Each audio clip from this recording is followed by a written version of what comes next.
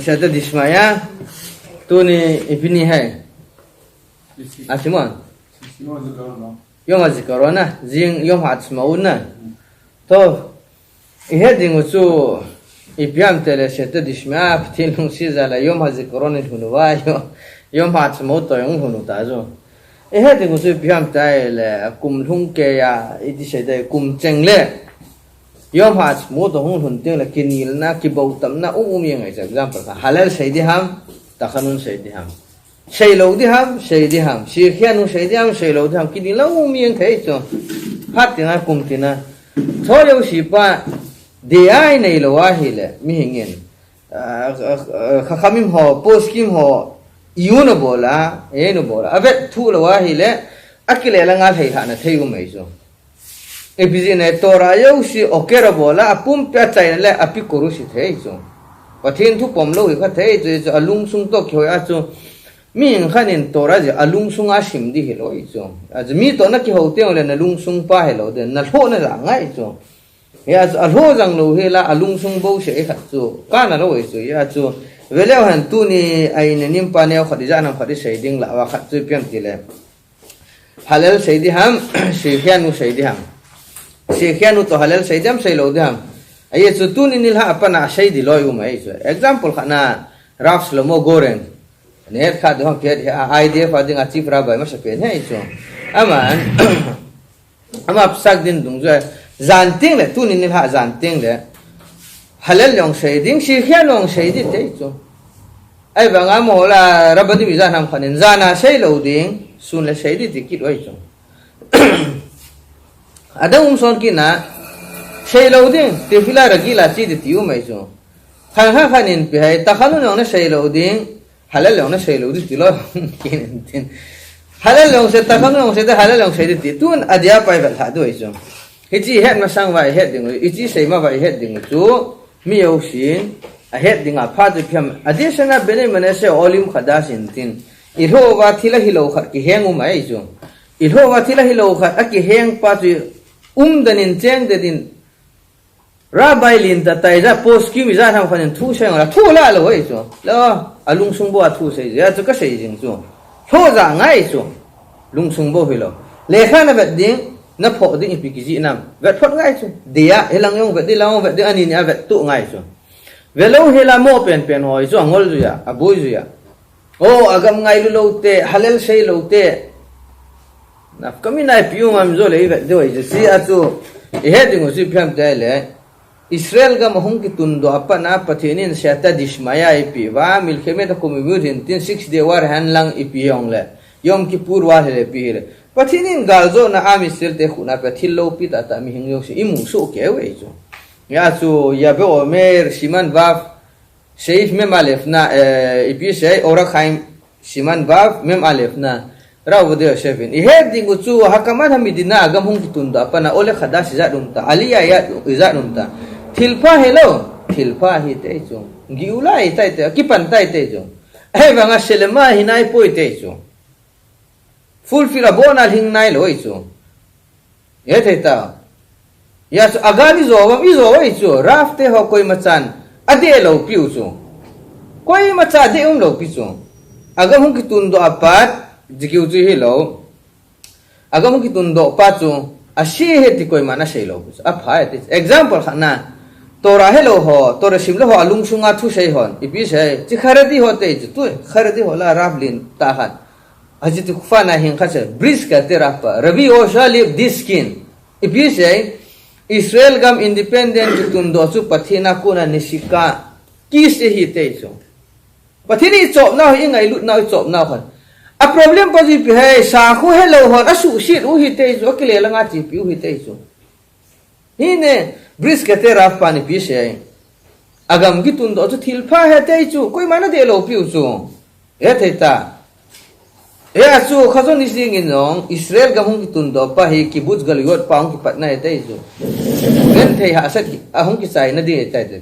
kibbutz galiot pa ki patna a ki sai na hi te kibbutz galiot hung ki pande te te chu la gi ula hi te nga le hu hin na pa sele ma hi nai loi chu hen ngai chu he ding chu rafte yo shil koi ma pom lum lo pu Israel gam din do de independent ma pa na hung wai ta bit of se a result gitu ko yong pathin hengan hi wai chu agama ke zainis ke thi hung ma sanga cheng wai ta chu tiverial hanu za dum dim se nai chu rusenim hoga akharonim hoga independent ma pa na pathin ging ho agama na chi wai chu chila bal sem to kadu student ho ya gaw me vil na student ho mi za duma dim se nai chu cholo history ki ji nai agam ngai lu na agama hung cheng ti ki ji lu na ki ji lu loi chu a ki ji lu chi bi hai cái gì gì ngà cho bilu ju bi hai an her khan kiskia hindi film ha hon bilu da bar parati me thai chu lo hon Israel history bi hon bilu chu bet Yakob le khuvenel khu first letter hey chu first letter si bet Yakob le khuvenel khu Yakob in sui ho chi tau te chu rapton pi se apasuk in pi se bet Yakob le khuvenel khu le bet Hashem pathin na chu le bet Hashem pa kat wai chu ahim himonga amatara pau chu Israel gam chu sim do ding socialist movement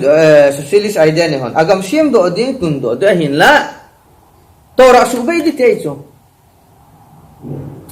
arab ton agam sim do ding chu am ho chi ma pana bet se fo khanga pana bal sem to kadus ya gaum mi vil na ya rabai za astin ho agama ite pana na solta 16th century apa na 16th century masanga pan agama hung wai ta che wai che fat la hanu dim se dai chu te veriala muntina Yusuf asiem do wa na che wai chu choyo si pija hung agam ngai lu je chu ya te ta agam ngai lu je agama hung wai chu na iza na thita bu na iza to wai banga hung wai chu biji ne agam ngai lu je wai chu ti cho chun agam ngai lu pun te tel ho anei khat chu akret hei chu Tora sima say na alala at tora zilba na zilbi kit ngay ibzi na ay chu gemara sunga 70% tabang Israel gam thu ki say chu hello rafti ho na het lo yung agam poy mo da na thupi da na het wai chu nang sang sai ho sang sang a het zo ai chu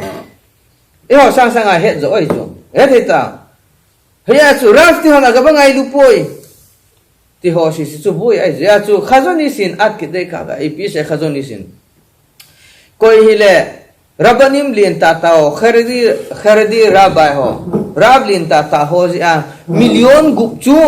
Europe को माची हेती हो यो सिसु अपिक कोरो से हेते सि खंगो बा नंगा पथिन ता सनो बिजि ने राब तो ना खाओ इस्राएल आलिया दे अखा लो पिउ अथु मोय चू अखा म हो हि वइ चू हे दिंगो सकलु नि ना खाय चू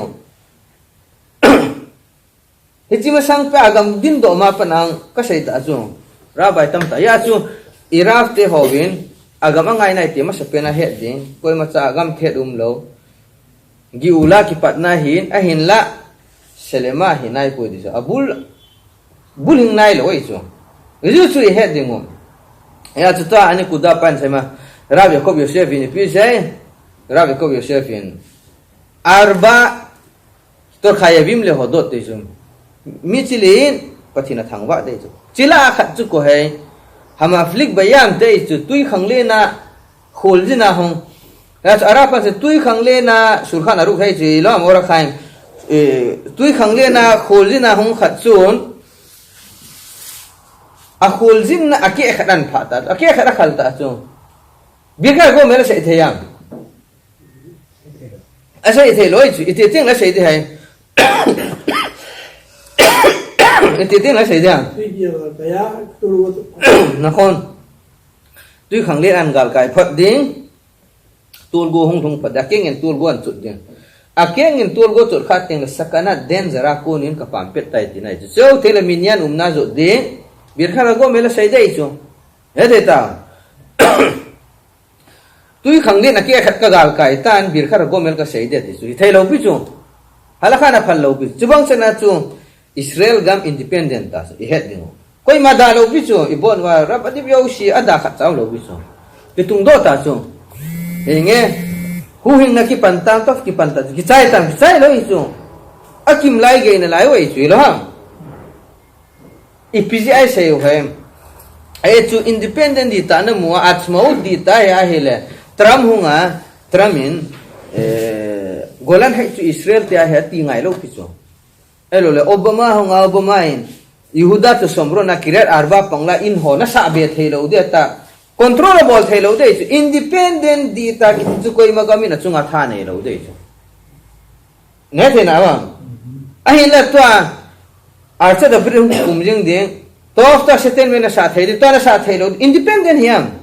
hi lo he lai chu mi khut no ya na la wai chu independent di ta ki chu koi ma thu no lo dei chu e the ta nga chuna gam sung hi ya in na sa de ang la khani na control din such independent as a minsel at smooth independent di ta hello ji a chora tan se chu a hinai shi buat galuyot pakchai tai kibuts galuyot aki pantai iwa mang na ko kim vel ning lia ko ni hung ta ve yong le ge ula pa bona ki chai nai lo hi te so as ge ula pa hu hing na pa bona ki chai nai lo a chu bir kha ro mel tui khang le na na lai pa na sei thei lo bong a chu han sei thei nai lo ji ti te nei sei deu hai a chai na teng le bui ne yo si pam phet teng le bu sei thei deu ai so zu chu tu ne khat lu le han ra ko sa ka do dia e ga te to es ko ma ra ki na yo ke yo si no ma na ki ma na police ta nga pa ho so ho to anh có một cái dùng không thì lâu bị chuyển đổi lấy xây đều rồi nó sẽ ở trên những tuổi cả ta hỏi ấy rồi cho lo gì à chụp bù ra khai đi họ nào có ngày nào bùi tiêu ấy rồi problem liền tại rồi năng lực cái anh agami ngày lụt sang Arab vô đây sẽ phải năng ngày lụt rồi Venice cái năng ngày lụt rồi ý hết đi một chút hồi ta thu bài khul đừng vậy đấy Zionist đi ta chỉ hỏi gì đuổi sao vậy thấy không if gì này if là Zionist đi ta chỉ hỏi gì về cái gì không nghe ama sa cái ta sao when I came to Israel I became more and more Zionist ti hỏi gì lo piu ho khul ding asunga lut ding athu pa khul to ding le khai ipigzina poski honi pi sham tin het zo ting le when I came to Israel ti pantang so ting so agam ngai lut dan het pa nei cha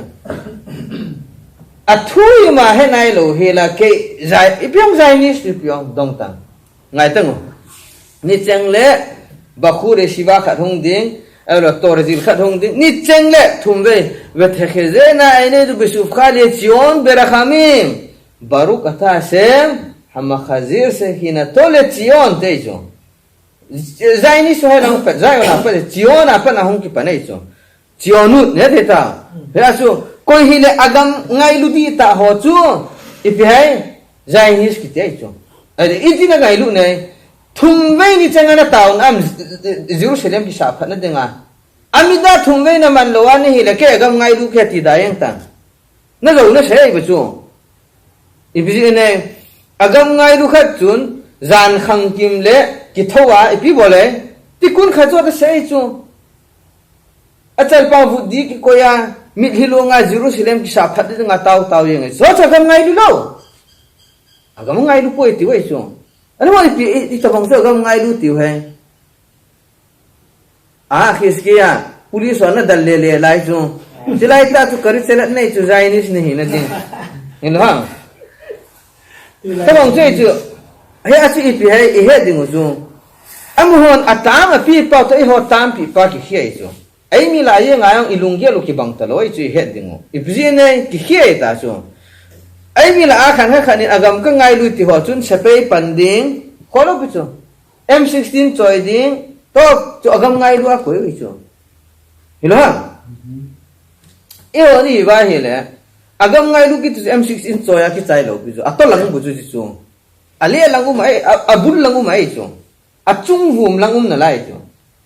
a to be chu na lai wai chu yar ku de se Philippines se sepei panga ka sepei pa mitzvah ti het lo la mitzvah bol lo he te chu atam jo mitzvah bol shabbat ni le sepei apa na hong po ding phone ki chipan jil do ding ki ho sepei ho halakha chum he tu chu ei mi lau mam umai chu you know shabbat ni ho le beri che umam a cho chu Zionist na cho gam ngai lu na ngai tango to ran bi se na va mang nau gama ku na ka hin pui lu dingo na gam thingu wa ka hin lu dingo na pu ya ko go na lu dingo hi te cho chikiu chi lo ami se ta gama lu dingo pa thinin thu pi na ya agam na lu lu tingu le ana cheng nam mi ho chon danin chon hi bi ne te i bi nam tai le am hon agam mi ten ana masahon agam sunga ding the ta ana bol agam me lu do he te chu chi chu sepei pandi inuk numa chon ding sabat palke ding cigarette chep ding nevelot ne di inuk ta hin khoman de agam ngai na ke ti hiam agamin alu no mai chu akida ai bu chu hota bang chu agamin ngai lu chu ben toran hi ding toran ki dinam sabat tu ta na chon am hin khodi ta na man nam chu chu toran thum pa ho ko na dirisa pa sepei pana ki chai hi loi chu ya chu he ding chu pyam tai le ihoni he tu sepei pan se lo pichu sepei pan sanga torzil pa chu thupi zo ya cha pangthe the ki pan ta ta torzilon hajila ki zil dei chu leisi na phat lo pi kum som get bo za le som ni ka bo phat ni o chu hin ko sao lo ei chu kyang som thum le sigi ke ta zo ko kum a ke khat ta bong chi ei ta zui lo phat lo ei chu hin ko mi chwai za na sok lu nam chon sit na bo lam chu wa nei ding ki sim phat ding chu ai kar hi ei chu sepei pana sia ka ti lo pi chu na pan na ne hiong le pang tang tor zir ho dem dan lang na sepei pang ki pan thim belenin lang ne theta ai la hala kha to ki ton chon tang na lu khu neu sa che che lo din he theta kum khat na le alu khu li na kum ni na le ipi hai ma khai pum tiang pa kheti sekel ma khachi ta sekel lo boy kum ni na kum thum na le alu khu yo se khaw lang ge ta chu kum di na le hung talo zo agam ngai lu na agam ngai lu hi lo pia agam ngai lu ki ti mitzva to ki to apan ngai chu zo khare ji chilang no she pa ha du da ti win ka sai nom pa du piam dai le nitina taw na mga Jerusalem ki sim phat dinga taw jing i ho chu agam ngai lu ki he chu nitina ya tu sabani cheng ole sepei ho dinga ki tau pe chu rap to daung sepei ho the wa hi la ki chai na dinga tau na sim do chu zo hilon sidu lo si vele u chun sepei ho dinga tau na lo na ding wa tau na ki koi su ke su le man simo be hawa abudat hashem ke poilam kavanat hale fa bona vetango Israel gam din do na ding to bi ban sepei ho adinga sabat singa ki tau pi ai chu ai mga boy pi sebe agam ngai lu lo te sepei pang pe lo te ti oi zo ngang ano no ki sei te be tao ha ta tao pi dingu chu wa ne the na dingu wa pa the he to na dingu wa ngai chu ai zu pi nam te le adinga tao ho yeng yong agam ngai lu lo he ta mi he sit the oi zu i pi ne alhu za alo ji oi chu alung chang wa pan ji oi chu zikiu chi he lo khinu di lo ta Manipurum wa pana hong ki peto pe ai chu chu phem te le kherdi ho agam ngai lu lo he ti wei chu me sha hong te le me sha na agam ki sim phat dia ti ve te chu he chu ko ne hil ho ta sa le chun Manipura pana hong ki le chu kyong ka he to pe ko ham Zionist ma sa pe founder of Zionist ko ham ha Herzl tu wei chu agam ngai lu ma sa pen ko yong Zionist ma sa pen he sa Abraham ai chu Abraham Avinu ye theta ai banga chu in langa chu exam ki bola thum dan chu hatik wala kuna sim ha ne du bang to ke Zionist di ta kan he ya cho history bona ke dai chu Naftali her se na di dai chu hatikwa iza kidusauma hatikwa kidusaum lo pichu ilong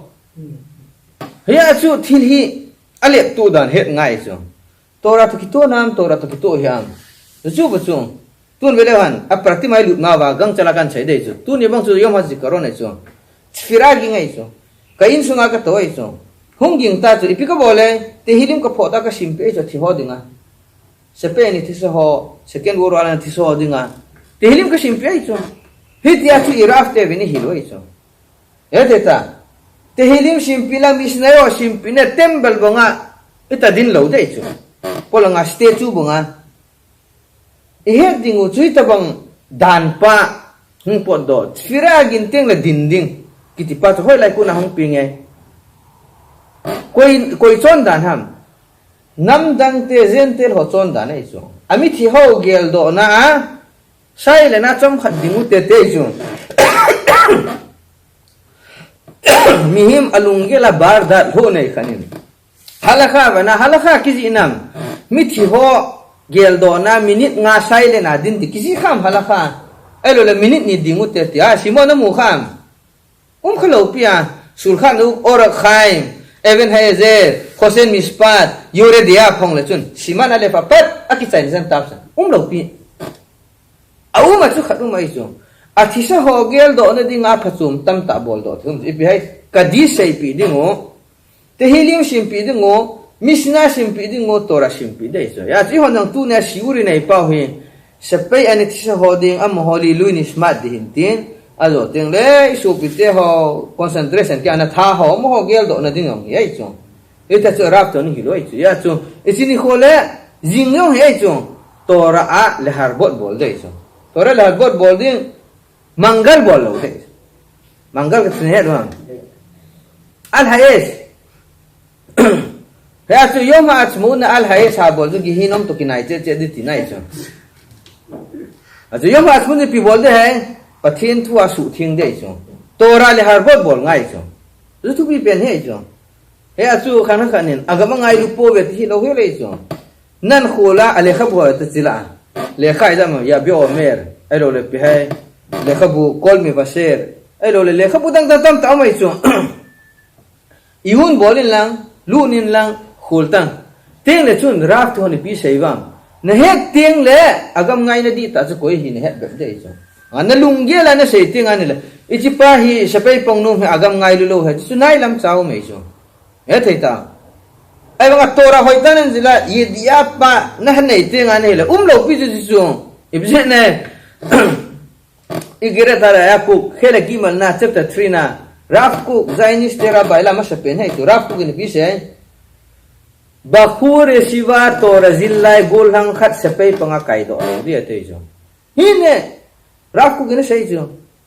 sapai a kai do lo de tora zillai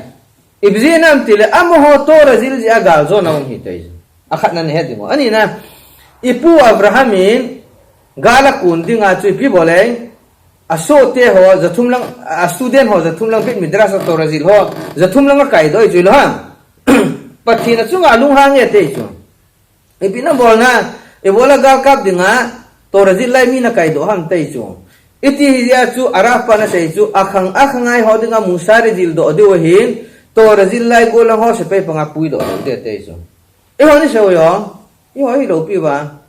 zainis teraf lama se pen raf ku gina sei chu raf avram iska coin ku gen ab azuri vam azuri lo hi lo e chu dongin lang le araf pan ipi araf pan se chu na mat lo ipi ki man lo tora zil lai kai do hi vin ti akal wal pin hil beding lo pia hil beding ki chai ta chu ya chu vele wan heading so agam chu kingai na su kya iso ni chang le thum ve ge taw yo sanga angai lu si jan khang kim le ki thowa mit hilunga temple ki sa do na ding le israel gam din do hoi ta agama ding a taw pi jing mi wa tikun khajot sei jing cho ho loi ho chu agam ngai lu lo ha ti si chu khajon ni sei banga pi koro si yang ai so je pi na sei ding jerusalem ki sa pha ding a taw lo ding bir mi da ki sa do ding a taw do ding ta taw ngai lo masya ka hungwa ni dinga taw khalo am israel ten chuwa nei na dinga taw khalo hi chi hota bang chun nitina pathin cha te tor a hung ki din dinga chuwa nei dinga pan lo ho gam ngai lo he ti wa he la api kora si ai chong alung sunga se ya ho zaw lo ei chu sim kana se pi ule hum pi khat te ta chong te ta ipi se chi win lang sial ko ma a minister pai chin lang ne ding go holo ke la ka te tan tha ka nei ben ago hola le sangan kha ka mo je dongki kha khamor bi zen no leng pa te tan ama thela nga leng ding hol le nang leng ding in de no hung no mam te o ke leng ding ai than ki gu na chi to chi ta than te so ako mong dhunu na ipi hai humpi ki cho ma apeli ani ta so apeli ani ma apeli ka humpi ni pi se ahong pin nang ano kung ngayon lang na nabiyan din si sangan hi cái chỉ ding cái kisil ding cái kisil đâu cũng không thuần tele ini ekom dia te jo humpi kisilati ta hung kilele a ho talo chu sia liền ne chai ta jo a ho talo a humpin do ta jo a ho hoi lam yo ibola a ho ne do te jo ibola ho lo ipithu ta te jo sia liền pi se o leng pa a ho ma hele no ko ma hung in te tinata sanam te jo ta chu Israel gam hung lung a ho nei lo tam tao mai chu ne tao a ho ki ne chai sa tam tao mai chu cho loi chun halakha ve ta lo malakha lo halakha lo poskim lo gemara imam lo alung sungi na sei phona hele gemara ang dikhiya bol ding halakha ma ta mang thei chu cho ta bong chu danger pe na tun pan le han ya chu he ding chu nitina ki thousand Jerusalem ki sim phat na dinga Zion hong ki tun do na ding that temple ki sa na dinga nitina ai tau thewa tora nitina am Israel te dinga isim pi theole chikal bala agam ngai dum lo pi chu he du ngai chu nitina ki tau pe ki hui lo se pe ho dinga saba ni changla ku changle se pe ho dam the na dinga ki tau pe chu alam hon pi se ve hi chi tau na sim do ho ra bo chu agam ngai lu lo he chu top azo chilanga koi do ti win ki topic win lut le han e ding chu pesachim ku yud zain na ipish am te hi la ita se tu chung ka se di pa halal se dam se lo dam te zinga so ho ja ang hi makroket bi ku khim pot pot ding ai zu bet ken set muntina on tho za ngai chu pesachim ku yud zain na ipish am ta hi la tanu rabanan ipish halal zemi amaru ko ham halal se dinga thu pe ne yo Hey neviim tiknu lem le Israel te zu neviim hon am Israel te dinga thu pe koi pe ju שיהיו אומרים אותו פיתי על כל פרק ופרק וכן על כל צרה שלא תבוא עליהם וכשנגלים ממנו יהיו אומרים אותו על גאולתן זו בהי פסחים קוף י' ז' נייט זה ביסי גמרא הונגה פסחים אין נביאים הונתים גא הוניתן להפיעו את איזו נתינה בהי hichi halal seiding ba thim ga tan ha piu hin ji bhe am isel de chara boina ha san na tu teng ba hele ete na boina ha san na tu teng le hichi boina ha san na ko zo hu pam pe do te hu hoi do teng le halal sei pi da kha khami thim ga hon i koi piu hi te zo ai la hichi pa ji chai lo pi zo sefer hala khot ge dolo ki tiu ma bahag lan poskim lang ha chi on hello lo pi zo bahag sefer ge dolo بعد هلا خد جدولك تنا بعد هلا خد جدولين إبيشام تله هلا خد ولاف بيتsa دينا إبيشام تله لامد هي شايفة لفنا إبيشام تاعي لا تسيسوا أراخين مسخت أراخين يود ألف نا إبيشام تله مسخت أراخينين شمونا أشار بيته يوم بسنا يخيد غمر تحلل تيجو نسوم لنيجر كم خدسونا نسوم لنيجر يخينين يخيد بهاي تبور لو يخينين حلال أشيء دي تيجو تتخمه كو نسوم لنيجر تبي بنير خابان أراخين نسين خات أبان نسوم لنيجر جو نيجر بهاي نيجر سكوت نا أزول نيجر خانوكا إذا فتاي 16 أزول تنgle Pesak ni na to chuta chu ni som le ni get he chu ate ta agency chu ni vim hon itan happy oi chu sei dinga pesak to na khanuka sukot to pesak to ibihai savot ang lo pesak ni khokhat na to savot to lam Rosa sanatu zau talo piso kisai ngai lo piso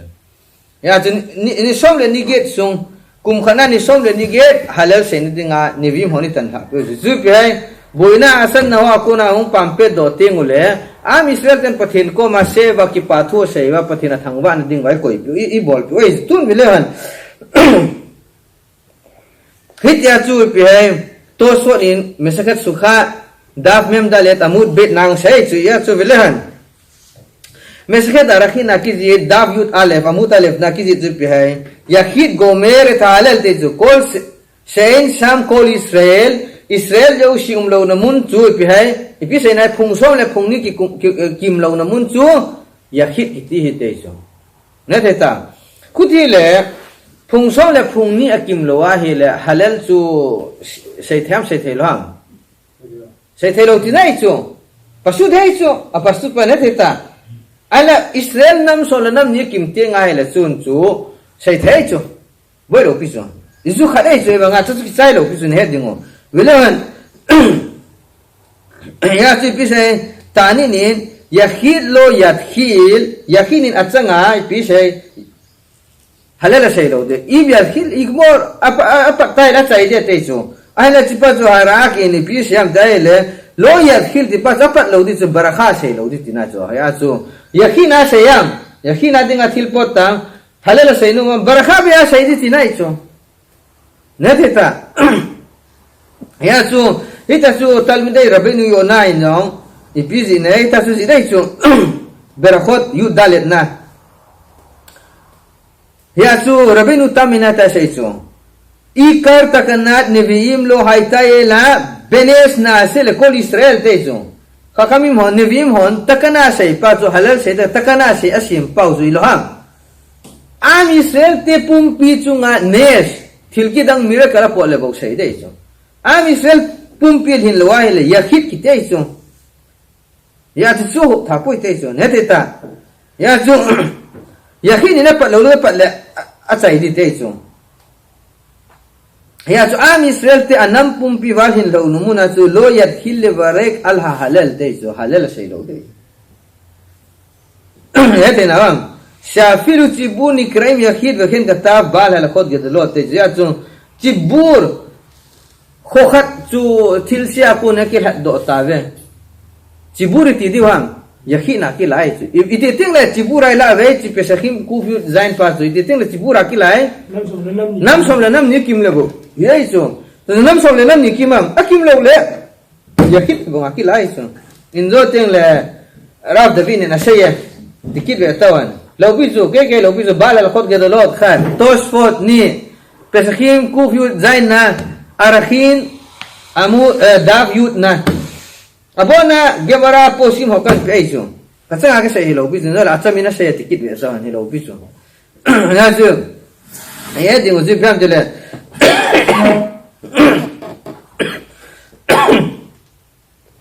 khazali halal patu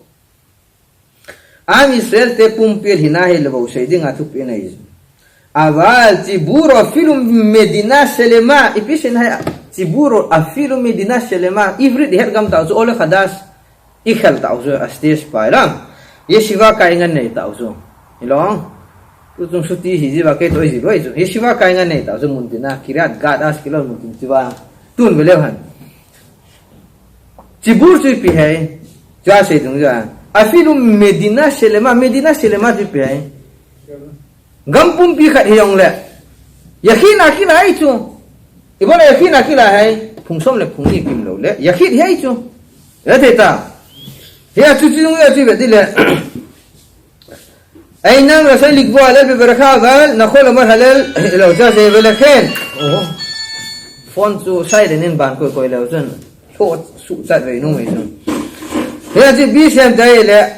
gebana se su bale le khot ke lo dung ai mu chu ne dingo so afiru medina selema he onle thailo hite ji ai a chi pe ite ting le chibura sim ve phungsom le phungni kim ting le phungsom le phungni kim lo ai le kisim lo i chibura yakina ki lai ta so he a chi bi sai gam dai le khazalin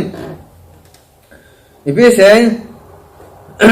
am Israel te onke hat do teng wa le halal sai ding ani bim hon takana sim bi hite ji lo ha ni bim takana sim pe so ai la am Israel nam pumpya kinufia bona alhinke ya phungsom le phungni thinglo namuna chu jisun atakana pa hu thalo oi chu eng le apratim pa zo le lu thu ki doi chu ya chu ipi hai khaz ipi di tam jai le tu chunga independence day pa ya vedi hele kan chidung ju ya ji hai halal sai jam sai lo de ham sai ngai nai loi chen la sai thei lam piu mai chu zo rin pa dei chu chỉ đúng ra chú lụt đi ta leo han về leo xuống này hết đi chú piam ta hi le phung số le phung nia kim ma chú hi thei loi ya chú anam pum pia anam pi linga kila loi chú ya chú pi hai na sei no man hi ra pan sei chú pi hai ya bo mer khelek vav mem alif na ora khaima ipi sham ta hi le barkha ben ki sei ne tei chú halal na sei nom te te am barkha ben sei ne tei chú na sei je le alai nu zo teng da chú adan hai chú imu dung ra ya biao me dung ra la le han lang kha la nga het ha sai chú ipi je nam te le khanuka hun la ya chú thilki dang ta na so a pathin am israel te boina ko na na hat do iso ilam boina ko na na hat do a ga agal mi te wa ko na na hat do a halal ki shayam halal ki shay tu long baraka ko mai shay na lawai chu aha kutele ka khanuka to te ka de her ha salo enjoy shay pau sum pesim kuf yud zain na arakhin yud alif na ilham azo te la bala la khot ga do abona in pilu do shu rapte o ama to ha sai tu pizine israel gama enjoy sai pa ju pe afilu medina shelema gam pumpi yong le israel gam pumpi nes thungan lang le kila lo ai tu thung som le phung ni kim lo wa hi le hiloham simon ho pi va da ho pi va yum na ong ho le ya chú ý hết thì người chú phun số là phun ni kim nai lâu thì ya chú nắm bia cái là thấy đó chú ấy thì ta tôi xuân cái leo hẳn ai là Hanukkah lại là Hanukkah tôi tiệc cả đi là chú này hết hạ lo ông mà tôi hay rồi Hanukkah lại phun số là phun ni kim ông kim lâu bia ai là ít thì là halal tôi barakai sai theo sự hiền nuôi ông ít thì thấy nè thế nào anh sẽ bắt đi piam tay le ngay lên vậy Rabbeinu Yonan sefer get mi kusara ita sai get mi kusara sefer ale khabu get mi kusara mud get mi kusara pi sai da tharaem to pi hai asmak sefer miswar ke dolod mina ita sai chu ne het ding su hil khot khaduka ne het di gu chu te chu khanuka pa chu atuma pot do hi te chu te ka hin te chu ibrahim ta hele khanuka pa za chu na pa je chu khanuka hun lai ta pa chu ben hamik das ding na lai hin tin ben hamik das pa chu nam dang te hon su mang de gu rei chu hal ha ding gal bo rei chu lam su bo de chu ben hamik das ki su mang de ben hamik das chu nga gal ki bo le ya chu ben hamik das chu am israel nam pum pia di hi chu lo Zubir migdas pasun anam pumpi su khayas anam pumpi su nga buina thunga kilai su azu gale bolwa zo wa be migdas su thengwa su pi hai anam pumpi pathine thad akilai su ya theta azu boy loi su tun vele han dia tam tain la do zo amu mundang dang ang tun vele han sidung ya su boy talau piso ain la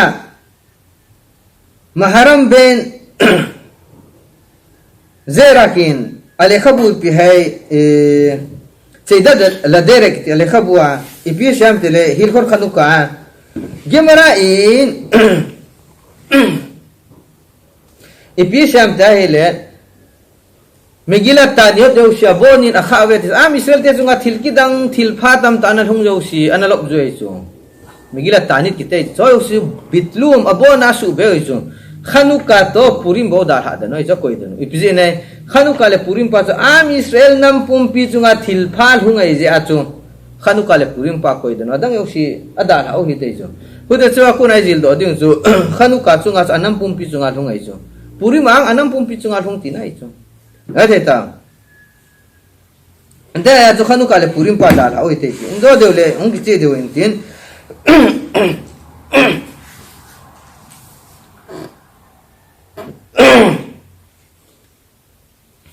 ai la heading usu bi ham tele ketubot khafena ketubot pe som ni langa nai pi se kinam tele Ezra thim gawin Israel nam pumpi Babylon nam jo si ikinung le ding agama ikinung le doi tai ta jo anam pumpi chiwam tham cha bo nu ju ye tai chui long là năm pumpi chỉ lối je hút đi hele am Israel pumpi chunga thil hung ki ti chu khanuka to itin te ka thai di anam pumpi lo pia lang khalanga Ezrain agam anung zu na anam pumpi hilo pia thom cha bo chi wei chi lam ale iti thei answer pa ju piam dai le rasin bihai ichipa chu he thei de itin se le hitiba ki sei pa chu itabong din muna ki sam tai chu tos for din gitin la medwa pabut bet na sei bogai pi hai abon uwa akal do lo wang wa abon uwa Israel ga ma chi lo wang wa boi lo pi juna ai sumet tan ni langa ki ka thon zo le tau ti to khulanga chi do la yeng lo ha boi lo pi na tu la halakha kidang danga pin do ja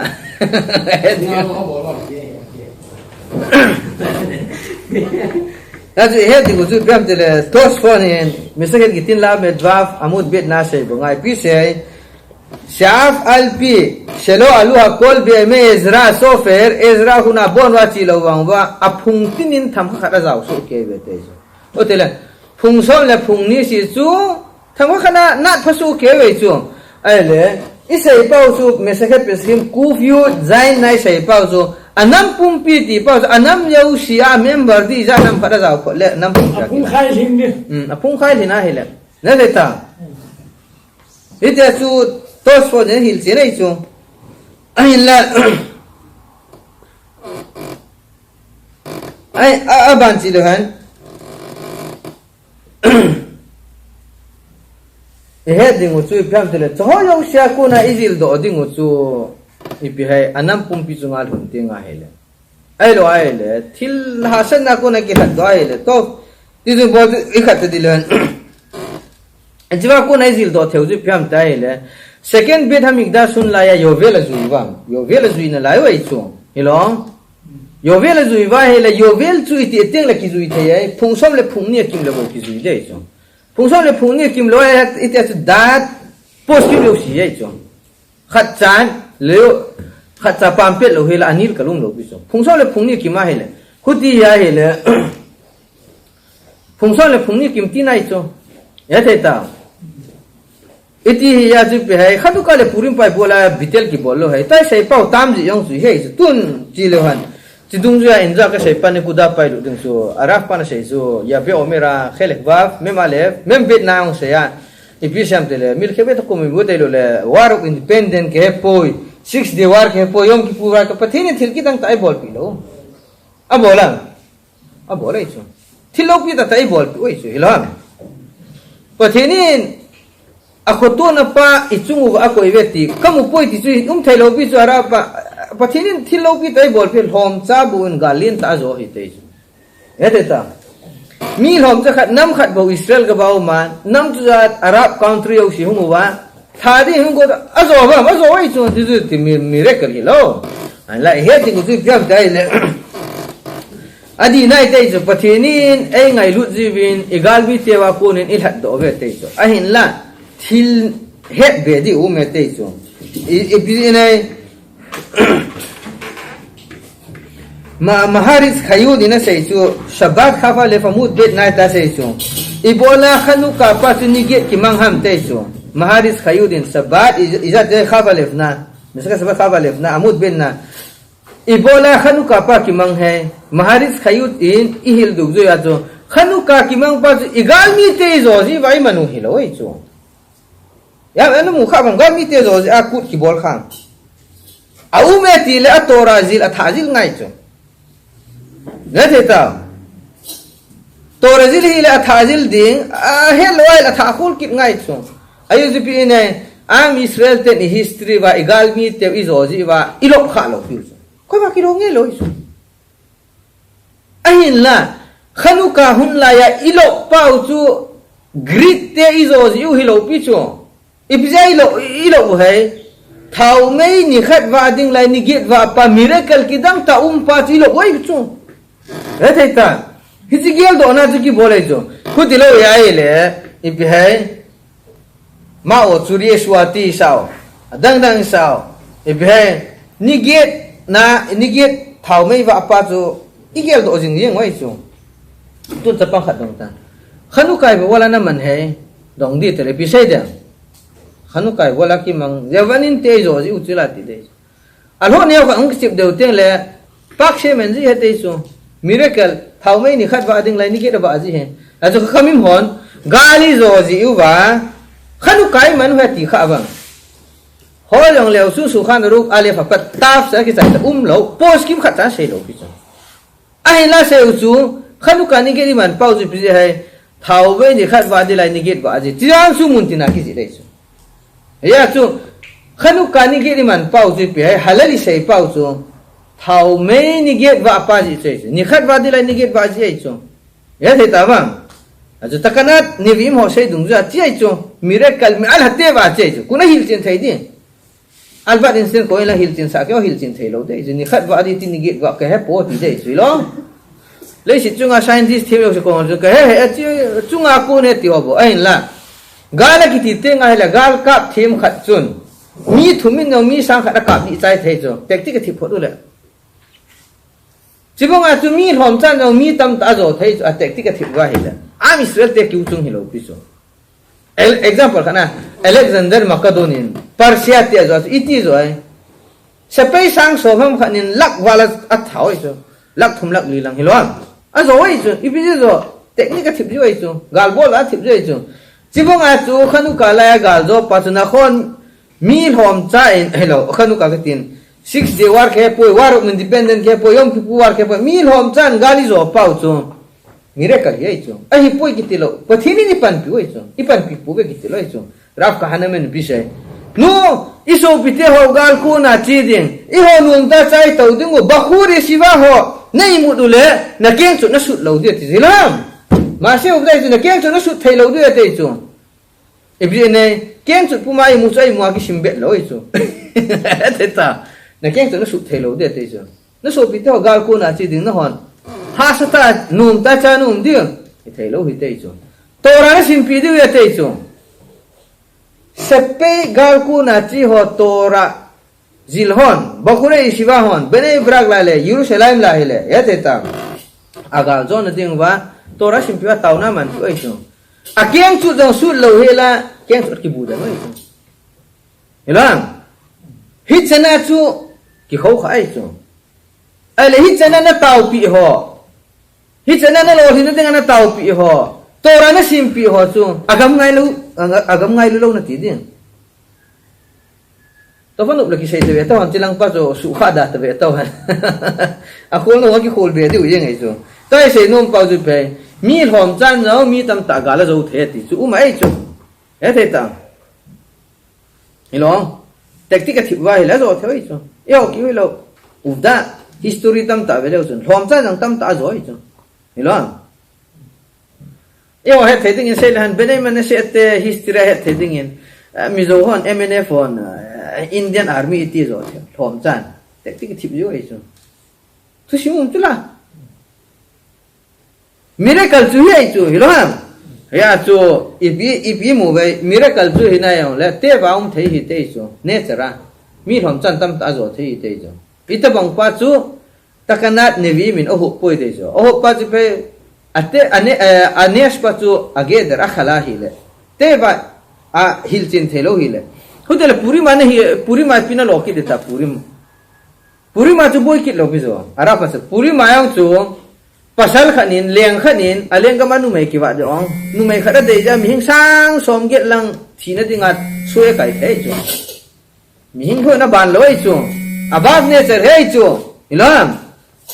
te ba ro tha talo so ta bong ho chu khamim takana pan kham ho takana o thalo jela Kuti puri ma yung migila sim halal saidin ko ito bola puri ma halal ulo ibola migila ki ko ya khanu ka halal ki sei ki he dingusu midrasi mizan khan se ya he dingusu Israel gama thilki dang thung ho chunga halal ki se ya gampul nga thung ho halal ki sei pu te chu chuba chu tiruch pi the chu ya be omera chu ko muyang le mundanga ko mu ju choi chu ai le kuti ai le khanu ka chu hoi la ya thung hai Israel gama thung ai chui lo ham ati thế chu ale purim la Babylon gam hei chu lo medot barsha leng gam sung hei chu iti ya chu pi hai ki sei loi chu ngai te ta huti le ha kasia hola ko na kusiao mai pesak sabo sukot tu Israel an vong Israel hun ma wa ki pi chile he ding chu ipi hai posyon se Israel kamal hun ma chu Israel hun zo wa pana chu gampol nga thil ki dang su ho halal ki sei pui te chu he ta uti le to kichi ta chu ki ka chu purim khanu ka toy khat pai le khat ta dun vele han he ding chu pesak ni sigi teng la lama umru halal be yom special pesak ni sigi nai bola halal ki sei lo hai te chu ai tu jenam tele be do se fora khaimen be do se fora khaim siman taf cha de na ibi sham tile ite chu shibule halake de no sei chu ibi se midras rabi no ko ala do chu izip mi te ho chu ti na thi hai tu pi sana ni sigi na thi ai chu pathin pi se ami se tu nga sira sa ki ta sira sa ka lo na sa thei lo du ya te ipzi nai bola siran sa thei lo di te hai ma se ya dai thovim bayam ka khuna ka sim so ho tui khang le na thi ve itinon halal na sa du ham te chu ye te ta ya ti thai pun te te chu ye te ta al khudi hi le gala chu alang alang atam ta ki te chu Israel ho yong sepai tam ta chi we chu am ho yong tam ta the chu sei ngayam ti midras dung saya kam halal sei ding ngai lo i chu me te ta ahin lai he ding chu lang kha langa david nin mismo le david la sa ipi hai agal mi te akuna ki hu do na mismorim tam ta ji dei chu ele iti thei kit answer pi pau du pyam tila tirus pa cha yi chu akhu aki tuin ahu sungsia chu phallo athi zo nu le ta kho to pui te chu ya chu sirat hayam pa Egypt mi te athi zo ke nu nga asa thei be wei lo athi pe ra phallo ja thi zo ting le ko ta loi chu ya thei ta chi dung ya si David to langa kirat yam chu pa chu wei ta loi chu siram dan pa in lai he ding chu pyam te le ko he ding chu pyam te le rabang no ni skangyen sirtunim masangla kalet na ko kana vet khadu mai chua sai khat tu pi sam thale ta na nal ta khada sai chu Egypt mi te thi pe na bon ipite Egypt mi te thi pe na bon pathinin halal sa de phallawa hi le Israel gam hong ki tundo a sa khu that ding izat tai tang hlo hang le ving hoi pi bolo torazil ho kai do ding sabat ile garil hai sa ding hilong sapai panglo thei lo ding izat ge ai ki ka igal mi te hiloi jo am Israel te la pathin hello hoi ji ta bangdan bola hoi thani sa min la hele chun halal sei thang ya chu araf kan sei ji ra banun sa he bine te jo Egypt mi te thi chung yeng abon pathin halal sei de dei lo wa hele kacha te ho to ra ki di ding lai na kai mang u hin iti halal na sei diu ham te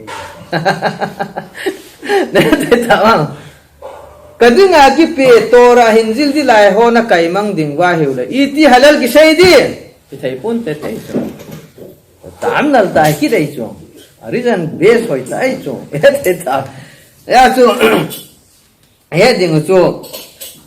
achai na manole han sut kol me vaserin ipis yam tai le sut kol me vaser ai ta sei chu mi khat ko ma halal khowa na sei te di asu de na sei te lo di na de ta ahin la asai no mai le har sud be ya do te sa sei no pa khu na ki ngam hi te so ama khu na ape ke heta loi so kol me baserin mi ko ma na sei te ni ti the lo di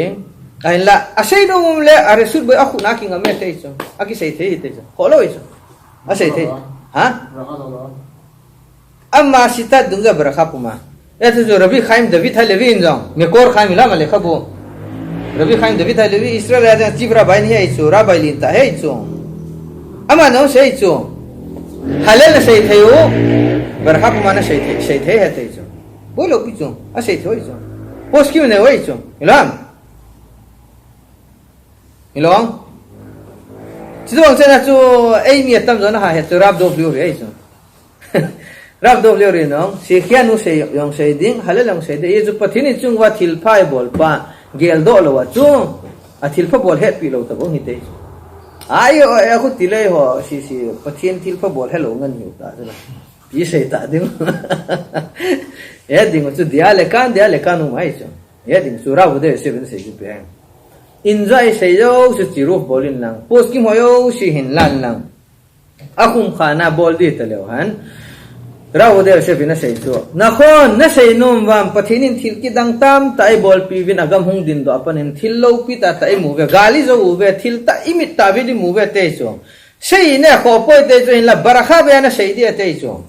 อิบเจเนี่ยบารักาลิบาตลาหิตให้จินใจเสียบังว่าแต่กันนี่วิมินหุบขาเทโลอัขัดนาขัดเทสเปกบารักาหิติงไงเลยพี่เสียโลเตยจงลาเกลบอลเตยจงจิกิวิโลเกบารักพี่เสียkol ha ne amen ko hyong le amen safek ber khon amen ti chu achate ho hin lai sung avui di ate chu to e heading chu phem tai le post ki mi jana khadi mu taw chu example la tu I ho khanga dinga raf khaim rabi david khaim halevi ya azo teng le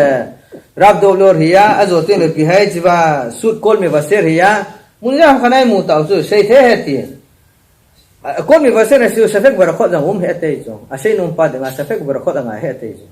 ไอ้ละเฮติมุสมาเสียราบุไม่หอนเราบุเดสิบสิตัดดูจุยาสเปกบาร์โค้ดไม่จงพาดุมเทียฮิลโคดโรสโคเดสตุกิสายาชีขยานุเสดิเสลดิ้งจุงจังถอยจุอาจุขัดตามสุเฟโตอันนี้จีบกิกะกินละนั่นไรจงจุปัจจุบันดอติดีฮิติวินเสดีเลวันชีขยานุยองอาศัยไว้จงamhola example khana ne heading chu adarga khin hautan raf selmo gorenin if you say tu ni ha pa diuta zama nung ju sin sikhian yong sei dingu halal yong sei du chu zana yom to ve te yom to viam khabina phone nole ami sei dang ka tin koi arab david minan solve yung tin form fill up dia ning ka ai chu damai le da ka dal no hon ai chu kolon to nan solve yung tin hi hene te chu agam the pe in solve tang ate le khak dia hung thei lo de de chu yom to fia ipi khagum yong sabu gam hen lai long ka te chu hilo yom ha zikaram to yom ha chmo to ki chu kan he lo ta chu ka te kan he lo ta ba ta chu yom to fi la yom to thumbo ine wei chu pesak sabu su ko dilang yom to berkhana sene ding ilong rosanato yom to itin ti the to ni ko thieng ni ko pha he ta tha thei chu ai ba nga yom to ban la di e di gu chu piam ta le pathinin ichung wa thil pha bole chu gi ula imi dubai mu wei chu mi hom chan tam ta gali zo thil ki dang tam ta ra bu de se in ti chung vu ma se chung khelek vav ya pe me khelek vav me malef na mem bi nang vele bi se agam din do apana aliya uma ole khadas ja hung tam te yo hung hu thau hi chu iti khas de hashem hi pu iti se du ham du patina ko na khoto na hi te shat ngo amhon agam ngai lu lo ho tiu ya ma angai lu dan dan zu amul ho na mo we chu rabi ushali diskin briska tera pan pi se ibi se ndo aga se chu independent ng kita agam hung kitun do pa he asmod hung agam hung kitun do pa mi dina isre hakama mi dina isre nishikami bore olam pathinin icho bu hi te chu nishikai pi u te chu matana lenta pathin he lo ho na su bo hi te ni briska tera pa pi on ne tu rabi ushali diskin inja se raf slomo gore nei na du chalo chu at ke dekha kisana to the re chu ai chana ki the to ai manga medina ni se din do pa chu agam hu kitun do pa chu pathina ku nahi pathin hello hon asu bu hi te e ho ki ka ne ho ti dong te du te ji het thina ding i cha te ho to rezil di lai koi ham khat hunga na cha te ho talmud to ra na koi thelo di tel apun ai ja ham khat du mai chu ato ki je bang yang ai chu ki chom yang ai ji lo ipu na thei da no chu hilong ai le school kai khat chapang khat chu thum nan chu israeli chapang khai ana thian su do ami na hung du ma hele anu apa ni pi se hi che ho lo ni bol na mong mong hi ei mi ho yang ai tho la loi chu hilong amo thu dan sa tamo ade sa na murka pa na ho te mani pa na ho airport an pha phau le na cha te ho school ka kai sa de khon ka ba de ta la pi azu pi oi chong tu ni chana acha te amu lo alak wa le chong alak a si mu lo wa wai chong alu han de dan si sa tamo thil pha bol ka he ti wai chong abolu gam ha abolu gam posim pathin thu de hi wai chong posei Israel ki cho cho ai chong agam ngai lu ho he tu ho ta bang ho ito bang bo ra chu azuda mi chan khom pi zu agam ho chu agam ngai lu he ti wa acha te ki zu mang ho chu agam ngai lu he te chu hi theyam hi hoi za hi le na cha kha te me alu hu ki je ke ong le aki zu mang he lo hu alu hu ki je ke ong le na pu na chu tu chung in se lo han khat tiveria corona a mola ne a hilam ai mi ho corona ngo ba no ho hin pu lu ta bo ba hospital hunga ai mi yo silung hang lo ong ai wanga thilo pi chula dam chula suma mu na lai chula step pen mu ben lai lo ha hi chen me me chi pu na thei wa hi le acha ki zu umang ho chui sat ta mo nu mam no nu lo he le chu ya chu ara pan sai chu he ngai chu chu se yo hakamat min dai sei sel gam kitun do pa chu nisikka mi bore olam pathina kun hite chu bris ka te raf pan ahin la pathin hello hon asu bu u hi te chu chu ahin lo het oi je bang pi sei ve khardi ra ba din ta to hon israel gama cholu da phal lo ji wa million gup chu concentration ke ma hitler na hali he te chu million gup chi raf te ho ngoi chu khazon isunga ribono shelo lam koi hile tu lai khanga pathin pomlo pathin hello api koras ki ti chu gasmat rabbana ke dolim hozia mihin million gu concentration ke measurement na hali heta sei the ho chu pathin pomlo api koras he te chu tora zilhi khamei the pathin pomlo the chu khazon is du ya ne theta bizene ratio hungnom lo hungnom ai chu 16th century 1st century apa na hung ai ta chu ramban khanga pa na agama acheng ki wa nam kiwa khalo bi chu ke Chinese ke ta ek hen ki choi ho ma sanga na cheng uta chu al hanu dim shere chu cholo history ki sei lo ai chu na theta a sei u chu hichi zo nung pya hung lut ho ga le pa chwa ku na ki pa nei chu chima sanga ram banuma ilham kuzari rabi udah lebi akenga spain apala hunga thiai chu amuna hilom ele tfatin lang tiverati tang gyudle khokhme gyudle hador hoy khanguba darabai lin ta to 18th century khanga pa na 16th century khanga ahanu izat numa he joloi khu agam ngai lu lo na bono siro la jitu ka sei pa alungge la chi a M16 choi ho bo agam ngai lu a sei hon jitu chu iraf te yo sha agam ngai lu ai koi pi oi so iho pin masang pe an iho alia boban rabadim ho khat cha agam ngai lu ki sei thalo iso heya chu deya khan ki sei te ngai le araf ton pi se ki kho ka sa lo pya sitot Chinese ke hello ka he nai chu ka simai chu ale khao oro de Israel oro to tora ka simai chu ra ku nga ka be dai chu hilang ka be dai chu ma na ding lo pya la sai la kha bo na mi dem lo dai chu eteta ibzi nei mesaka ka gi anta se ha khole asuma patur mi mitzvat riya dai chu res ka gi ga suma chu pe amit cho patur mi mitzvat riya benis kain itabang mit cho hei amit lang khat me cho na yang le thei lo hi te chu amit lang ni a hin ngai te chu ai chu na sim pa na mu pa a buhin banga na buhin dia te ja chu buhin lo la mi da cho na he le thei lo lang khat me cho na thei lo chu benis ka nga mit ni ki tina pa je pi nai mit khat chu pathin le mi hing ki ka hin mit khat chu mi hing le mi hing ki ka hi te chu mi hing in pathin to ma ki ka bo to ra jil han lang ami hing chen khom pi to a distance a pi a he le tabang mi chu pathina dinga pasul hi te chu mi hing to hoi tan ki gop thean lang he ong le pathin to ki ka pa distance agam tha na he le pi hai pathin ngai lu hi li lo pi chu tabang mi chu patur he chu yon ba da lang ni nya he ngai chu ta jin ne te ngai le example khan sat marte sát mar kiti le mi yo si ki cho mai cho ti za wai cho ya hello kis kia ki cho nim ti wai cho bardan hil ale khalan lang vayoel ibita sefer vayomer yoel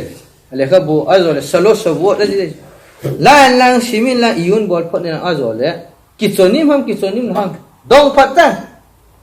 ara pa na dia ji chai ta chu sim khalo hela ichira pa hi anti zaini se ti di loi masalan lang sim phat ta chu sei pa nama di umai chu a thu elo hela mo pen di loi chu humpi hanai ho ki pe tu na ki ka na ki je lu le atal di mong nei chu ya chu mi hin tam ta benai man se atal ta mai ta chu aki het do lo thagau ki bottal gam ta aki het do lo is ne te ta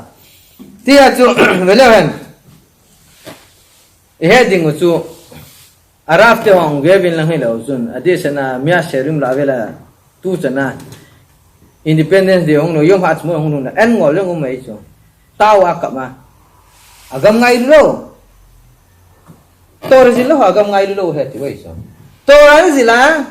asitat pa na matel agam ngai na wai so ibida nga ngai na he agam chu tora le mitzvot akitu na dinga pula do wai so ashi hilo pia si tot thayang thayjula nai ong nangin halal na sei no ma na sei bongin jun a sei lo an ngol ho ang pa cha tang ki chai je a je khani ibu wala en ngol oh agam ngai lo je iti agam ngai lu ni chenga ve thege je na enin bisu ka ri jon bera khamin bar ko ta je ma khazis kina to le jon iti ni khana thume ve sei die agam ngai lu lowin ang ngai lu wal je akabe ala ai stak lu pa ve dan pa ho to ki bong lo chuna modet pause agam chu tora le ni so to ki to achi dengan te ya chu rabe ko be se vin pi se kana za ha tama sang la rabe ko se enta se ja Israel gam hung ki tun do ti la chief rabbi chu Rav Chaim Herzog hai chu zaini so Rav hai chu Rav Chaim Herzog in se khianu se chu baru kata shemel kainu mele khaulam se khianu bi kimanu bi gyanu lazman ze baraka se akum ki na se taloi chu ibzi iwala kuma sa akum ki na se talo hai ari jan je ibzi hai ama gela tin nakhon agam hi gi ula ki pau me te jo al aki pana pa chu agam hu ki tunda pana tora su ha ji tora su ma tha de pana si khian wo sei ta lo pya kum ki na jo sai jo me te ta bi lo de hon ya chu inja ka sei bonga sei di ti lo yu ma barakha puma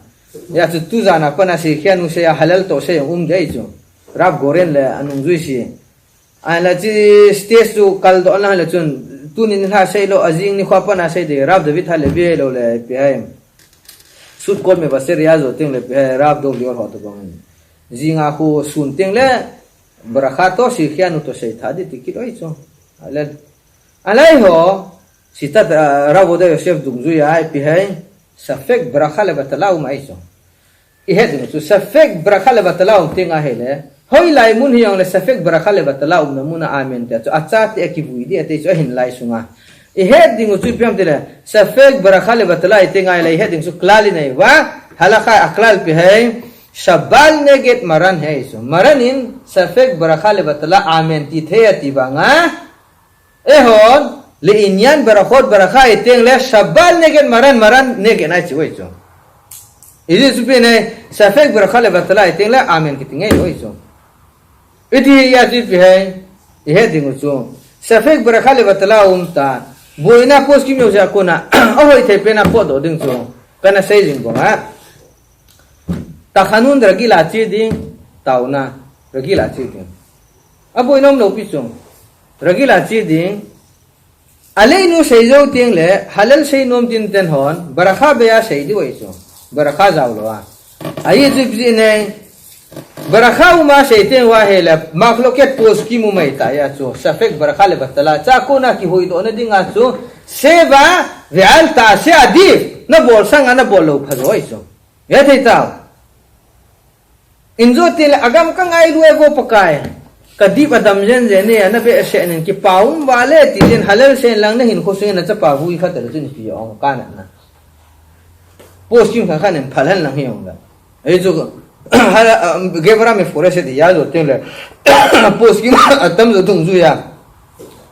sao phép bữa khai là bắt đầu mấy chỗ tâm rồi tung duy à tâm rồi khát hi nhớ thế tao tâm rồi khát hi rồi tiếng là sao phép bữa khai là bắt đầu ni gieo seva về alta sẽ đi xây sang à xây lâu rồi nó xây lâu mà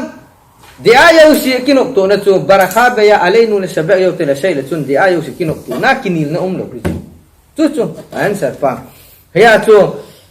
itu hot bang ji a he ipidita oh siderot ten halala shay lo na